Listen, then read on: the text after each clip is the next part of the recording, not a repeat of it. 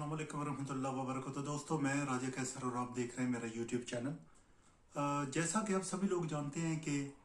कांग्रेस के जो सरबराह हैं राहुल गांधी, उनको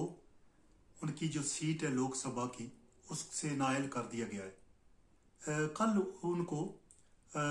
सूरत की जो अदालत है उसने सज़ा सुनाई थी 2 साल की, और उसके बाद ये हुआ था कि उनके जो वकील हैं उन्होंने उसी वक्त उनकी ज़मानत की दरख्वास्त दे दी थी। बेल की दरख्वास्त जो है उसी वक्त दे दी थी, तो अदालत ने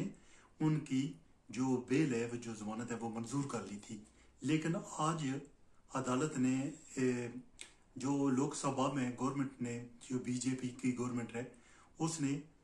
उनको नायल करार दे दिया है लोकसभा की सीट में। तो अब उनकी सीट जो है वो खाली हो गई है। ये सारा जो मामला उस हत्या इज्जत का केस था उनके खिलाफ, उनके उनके खिलाफ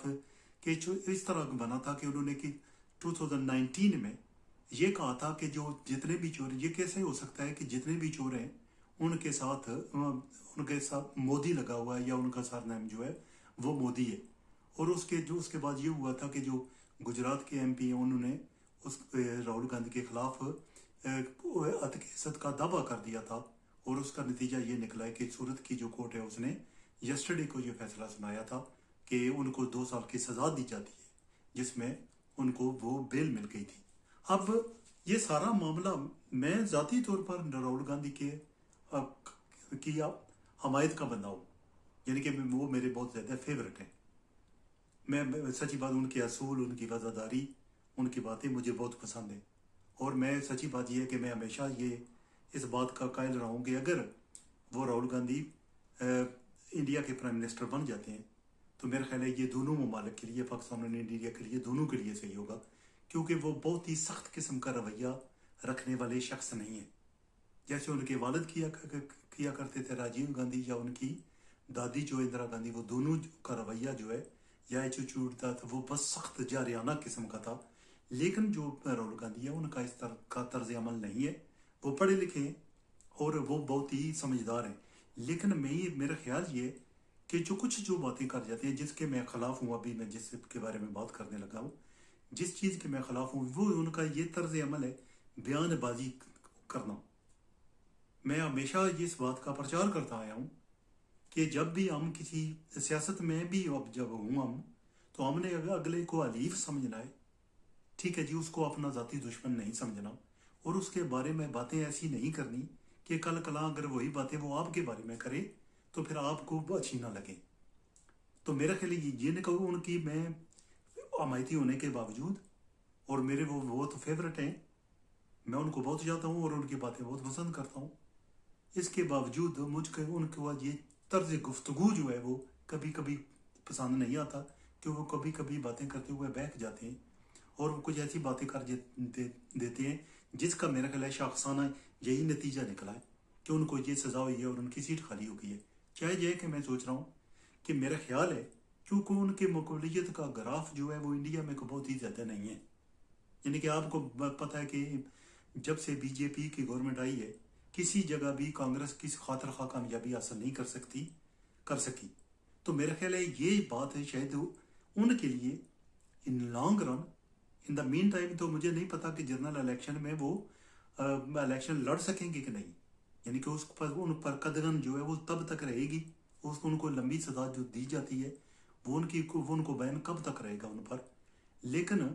जब भी वो इलेक्शन का आता है, वो इलेक्शन लड़ते हैं, मेरा ख्याल है ये बात जो है उनके फेवर में जाएगी, और ये हो सकता है कि वो उनको ज़्यादा वोट मिले या ज़्यादा सीटें मिले इस सिंपैथी, क्योंकि बंदे जो है ना सिंपैथी बंदे के साथ करते लगते हैं अगर किसी किस्म का भी जुल्म ढाया जाए उन पर। लेकिन राहुल गांधी ने अपने ट्वीट में भी और अपनी स्टेटमेंट में भी ये कहा है कि मैं जो है ना, मैं जो सच बोलने वाला बंदा हूँ और मैं इसके लिए हमेशा मैं फाइट करता रहूँगा। और दूसरे लोग हैं, लीडर्स हैं, उन्होंने मैं बयान दिए हैं और उन्होंने कहा है कि ये डायरेक्ट मर्डर ऑफ डेमोक्रेसी है, ये अदालती जो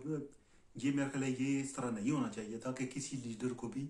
इस कानून का इस्तेमाल करके उसको जो लोकसभा है उससे बाहर रखा जाए। तो मेरा ख्याल यही सूरत हाल बनी है। मेरे ख्याल जैसे मैं पूरी ज़िंदगी ये कहता आया हूँ, हमेशा मैं कहता आया हूँ कि ये रवादारी को, सियासत में रवादारी को पनपने देना चाहिए, उसको परवान मेरे ख्याल है उसको परवान चढ़ाना चाहिए। और अयोब के इस तरह का जो केस है, चाहे जाए कि मैं इसको पसंद नहीं करता सारे मामले को, और कोर्ट का उनको 2 साल सजा देना उसको भी मैं पसंद नहीं करता, लेकिन मेरा ख्याल है पाकिस्तान में इसको थोड़ा सा नमूना दिखाया जाना चाहिए। क्योंकि यहाँ जो है ना, हर, मैं किसी का नाम नहीं लेता, को हर जो बंदा है ना दूसरे की तरफ उंगली उठा देता है और चोर चोर के नारे लगने शुरू हो जाते हैं, और वो बंदा बेचारा चुपता फिरता है। क्योंकि हमारी सियासत में कोई भी साफ नहीं है। मतलब एक बंदे का भी आप नाम नहीं लिख सकते कि वो कहें कि ये बंदा जो है ना वो साफ है और ये जो है गंदा है, या ये करप्ट है और ये करप्ट नहीं है, इस तरह का नहीं है। तो जब ये लोग जो है ना एक दूसरे की तरफ उंगली उठाते हैं ना, तो बड़ा मजाका खेज सा लगता है मामला सारा। ये बात बड़ी मजाका खेज सी लगती है कि चोर जो है ना वो एक दूसरे की तरफ उंगली उठा रहे हैं और कह रहे हैं जी कि ये चोर है, और वो कह रहा है कि ये चोर है। मतलब ये है कि मेरा ख्याल है ये किसी को भी इजाजत नहीं होनी चाहिए, किसी का नाम बगाड़े, किसी पे आवाजें कसे, कानून को, इवन को अगर किसी को सजा हो भी जाती है और चोरी साबित भी हो जाती है, मनी लॉन्ड्रिंग साबित हो जाती है कि उन्होंने पैसे कमीशन खाया है, सब कुछ हो जाता है, वो कानून का मामला है। कानून को अपना ऐसा स्टेप लेने हैं, कानून को अपना एक्शन दिखाना है।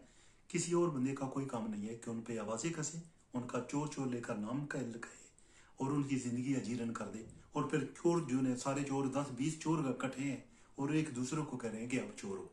मेरे ख्याल है जो मैं बात करने चाह रहा हूँ आपकी समझ में आ गई होगी कि चाहे जाए कि मैं ये पसंद नहीं करता, लेकिन मेरे ख्याल है राहुल गांधी को भी उन्होंने, बीजेपी की जो गवर्नमेंट है, उन्होंने सबक सिखाने की कोशिश की है कि बाज आ जाए, वो बाज नहीं आए तो ये सूरत बनी है। तो मेरा ख्याल है इसी तरह का नमूना जो है वो पाकिस्तान में भी दिखाया जाना चाहिए, बहुत ही ज़रूरी है, ताकि जो लोग हैं वो एक दूसरे को इस ऐसी बातें ना कह सकें। ये कानून के कुछ जो मामलात होती हैं वो कानून ही करता है, हम लोगों का कोई काम नहीं है कि किसी को चोर गर्दाने, किसी की इज्जत नफ्स पर हमला करें और उनके बारे में बातें करते फिरें।